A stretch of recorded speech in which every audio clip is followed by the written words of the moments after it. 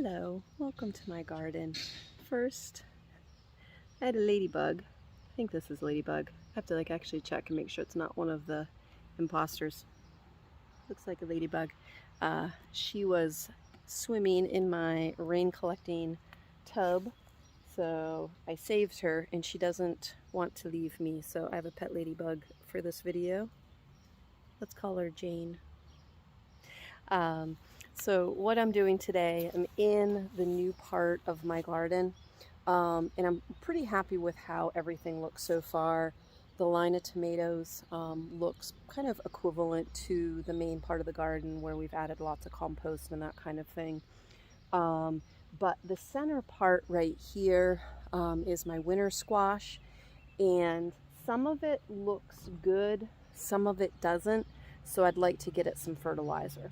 So I figured I'd bring you along, explain what I'm doing, and you can see where we are today and see where we are in a week when we record another video. And let's see how long Jane here hangs out for the video. Okay, so this squash right here, I like the looks of. I'm still gonna fertilize it, but I really like the looks of this one here. Now I have 4 different kinds of squash, so there is gonna be some variation in the shape of the leaf and that kind of thing.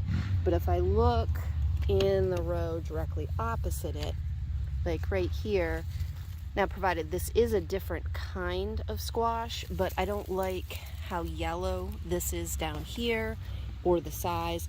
I do have radishes planted around all of my squash, and this is kind of an effort to allow these to blossom and help manage cucumber beetles and squash bugs. All right, so what I have here is I've got, I think this is about 1.5 gallons. I'm gonna treat it as 1.5 gallons of water because it's not quite full. I've just bought some Neptune's Harvest today. This is one of my favorite fertilizers. And I've got a 1/8 of a cup, or no, a 1/4 cup measure. Now the instructions say to use 1 ounce per gallon of water every 1 to 2 weeks. So I'm going to go just a little bit over, or it says like 1/8 of a cup, and I know this is dry measure cup, but it's an approximation. So I'm going to go just over half and put in here. I shook it up real good just before I started this video, and we're going to water some. I think I'm probably going to do 3 hills of squash per watering can and then go back and refill it.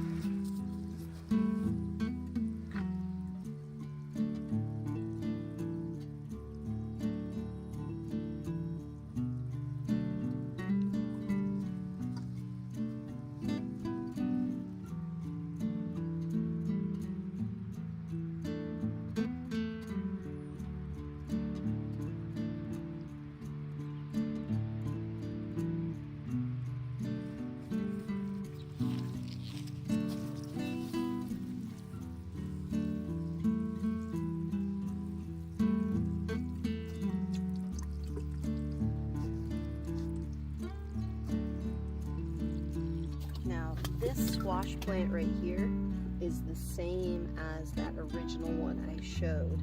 So that one that's just 2 hills down is significantly bigger, significantly greener. The leaves are probably, I don't know, almost 10 times this size. So that's what's telling me when I've got similar plants, completely different sizes, that is telling me these need some more nutrition. And that's what we're doing.